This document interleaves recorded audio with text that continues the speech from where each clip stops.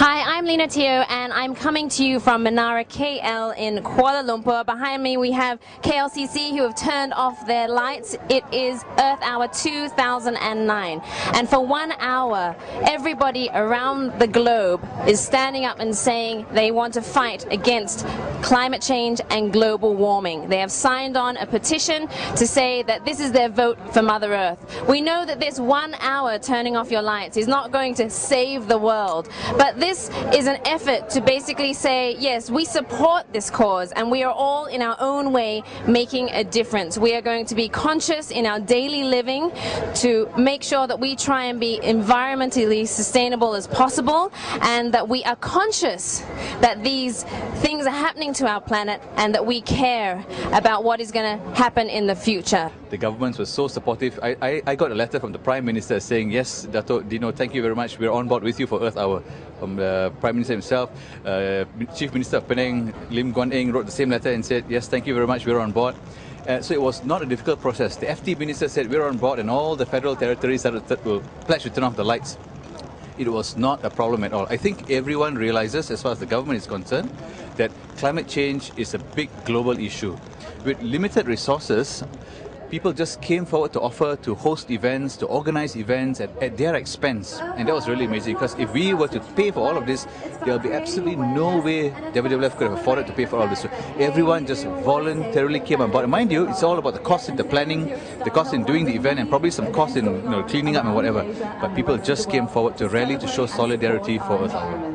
I think we're all just really touched at how much effort Malaysians have put in. 500 companies locally, about 5 million Malaysians switching off the lights. It's inspiring, I think, for the younger generation to say we can get our act together and we can make a difference. Yeah, I mean, it's to be part of this. Malaysia's coming together. We're united, everybody, all the different stakeholders. And it's just great. The support has been amazing, and this is Malaysia's first year being part of Earth Hour, and we're looking forward to great years to come. Well, I think it's great that Malaysia is part of something like this, and that we're creating awareness in Malaysia, because there's a lot of work to be done here. I think in Malaysia people do take a lot of these things for granted, not just electricity but everything else that we have. I mean, if it just disappeared one day, I think a lot of people would really be lost. So actually, when I was living in England, because they're very in Europe, they're very good at recycling. It's very easy to make sure you recycle all sorts of things, and I have to say, when I moved over to KL, I forgot about it. When I went back, I was reminded, oh my gosh, I should be doing some recycling. That's right. So that's how I got into it. How did you get into it? Well, back in Australia, people actually get really angry with you if you don't recycle.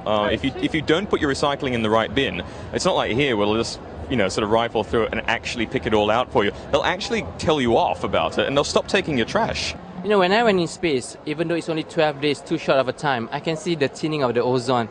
I can see the pollution, the fire pollution, the sea pollution, and it saddens me to see that people, the Earth, are actually dying. So I think it's a very wonderful opportunity to have this Earth Hour, where the whole, not only Malaysians, but all over the world are actually participating. And I'm glad YTL is doing its job.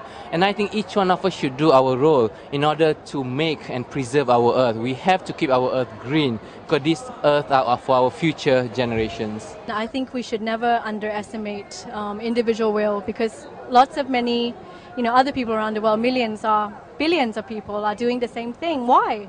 I mean, you should ask yourself, why are people actually doing this? If it's a gimmick, or as skeptics claim, it's something that's sort of not worth doing because it's an hour. But think about the amount of energy saved, for example, collectively within that hour. I mean, it already sort of inspires people to do more, and the awareness has been raised. So I hope Earth Hour continues. The danger is to try and do too much, I think, because you won't do it. So just make one choice to do one thing. Either, recycle, or don't use plastic bags when you go shopping. If you have to make one thing, and then you find that you make the next step sort of easier as well, Yeah. I think it's I think it'd be great if people thought of it as a lifestyle. It's not something that they have to feel pressured in doing. It should be part of their life. And like I say, if you think about it, it becomes really easy. It's like brushing your teeth every morning. Why do you do it? After a while, you don't think why you're doing it, you just do it.